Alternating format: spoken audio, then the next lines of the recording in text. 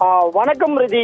மடப்புறம் அஜித்குமார் கொலை வழக்கு தொடர்பாக சிபிஐ அதிகாரிகளால் சம்மன் அளிக்கப்பட்ட அஜித்குமாரின் விசாரணைக்கு அழைத்து செல்லப்பட்ட உதவி ஆணையரின் ஓட்டுநர் கார்த்திகேயன் மற்றும் ஆட்டோ ஓட்டுநர் அருண்குமார், அஜித்குமாரின் சகோதரர் நவீன் மற்றும் அஜித்குமாரின் காவலராக பணிபுரிந்த பிரவீன்குமார், வினோத்குமார் ஆகியோர் இன்று மதுரை ஆத்திக்குளம் பகுதியில் உள்ள சிபிஐ அலுவலகத்தில் தற்போது ஆஜராகியுள்ளனர். ரிதி, மடப்புறம் கோவில் காவலாரி அஜித்குமார் கடந்த 28ஆம் தேதி திருப்போணம் காவல் நிலையத்தில் திருட்டு வழக்கு தொடர்பாக விசாரணைக்கு அழைத்து செல்லப்பட்டு இந்த வழக்கு கொலை வழக்காக மாற்றப்பட்டு சிபிஐ தற்சமயம் விசாரணை மேற்கொண்டு வருகின்றனர்.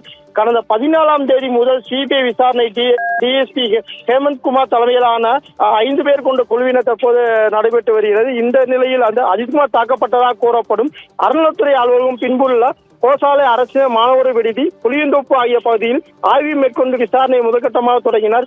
2வது நாளாக நேற்று மதுரை பகுதியில் ஆவணங்களை பெறும் பணியினை மேற்கொண்டதுடன் இன்று வழக்கின் முக்கிய சாட்சிகளாக அறநிலைத்துறை ஊழியர் மற்றும் ஆட்டோ ஓட்டுநர் ஆகியோருக்கு விசாரணைக்கு சம்மன் வழங்கப்பட்டது.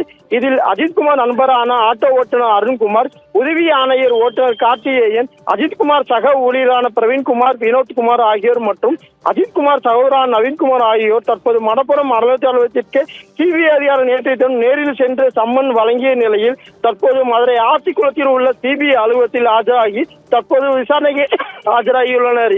இந்த நிலையில் வழக்கு தொடர்பாக பரபரப்பான விசாரணை மேற்கொண்டு வரும் நிலையில் தற்போது 5 பேர் சிபிஐ அலுவலகத்தில் ஆஜராகியது பெரும் பரபரப்பை ஏற்படுத்தியுள்ளது.